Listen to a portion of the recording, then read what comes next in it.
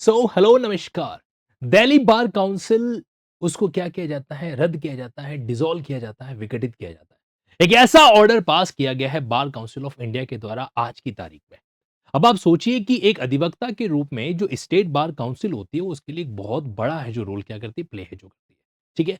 लेकिन दिल्ली के अंदर ऐसा क्या हुआ कि भारत की जो बार काउंसिल ऑफ इंडिया है, उसको इतना बड़ा कदम है जो यहाँ पे उठाना पड़ा।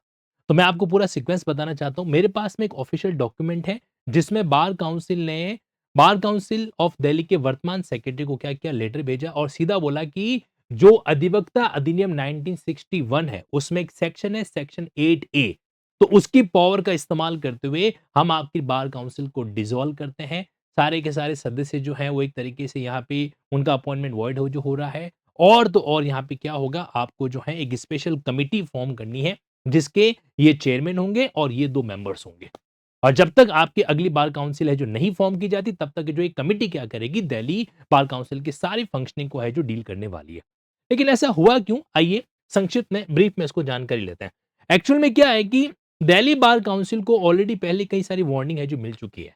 मतलब कि एक जो पैंडेमिक आया था कोरोना टाइम के बाद में, तो उसके बाद सुप्रीम कोर्ट का एक डिसीजन आया कि भाई जितने भी एडवोकेट्स हैं, उनकी डिग्री का आप वेरिफिकेशन कीजिए और टाइमली जो है इलेक्शन कंडक्ट है जो करवाइए।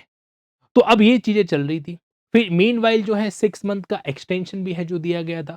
फिर एक दिल्ली बार काउंसिल के द्वारा एक रिपोर्ट सबमिट की गई, जिसको लेकर भी ऑब्जेक्शन हुआ कि इसमें काफी डेटा जो है वो प्रॉपर्ली एक्यूरेट है जो नहीं है।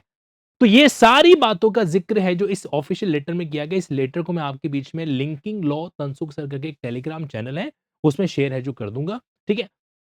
तो यहां पर ये सारी बातों का जिक्र किया गया इसके तहत कि भाई हमने आपको पहले भी ऐसा कहा था कि सुप्रीम कोर्ट का ऑर्डर आ रखा है, इस रिट पिटीशन के सो एंड सो के जरिए आपको क्या करना है, डिग्री की जेन्युइननेस को है जो चेक करना है। फिर हमने आपको कम्युनिकेट किया था 2024 के अंदर, और बार काउंसिल ऑफ आपकी इंडिया ने जो है मटेरियल मिसमैच बताया था कि जो फिगर आपने सप्लाई कर रखे हैं और जो एक्चुअल फिगर उसमें काफी करेक्शन है। तो ये सारी बातें हमने आपको पहले कह रखी थी। ऐसा कौन कह रहा है? Bar council of India. किसको? दिल्ली बार काउंसिल को।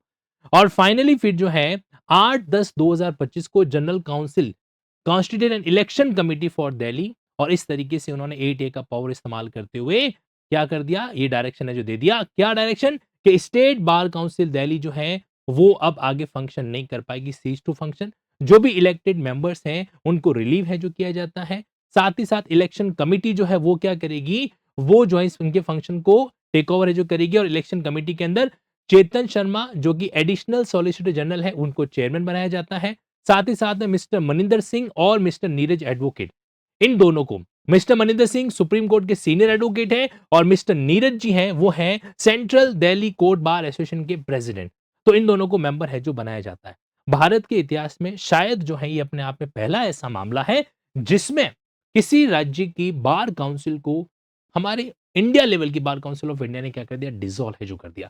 आप भी मान के चलिए कि अगर आप एक लॉ स्टूडेंट हैं, एक प्रैक्टिसिंग एडवोकेट हैं, तो अब जो भारत में प्रैक्टिस के जो नियम है उसको लेकर बहुत ही स्ट्रिक्टनेस है जो बढ़ती जा रही है। खासकर सुप्रीम कोर्ट का वो जजमेंट जिसने डिग्री की वेरिफिकेशन को लेकर बहुत ही स्पष्ट बात है जो कह रखी है।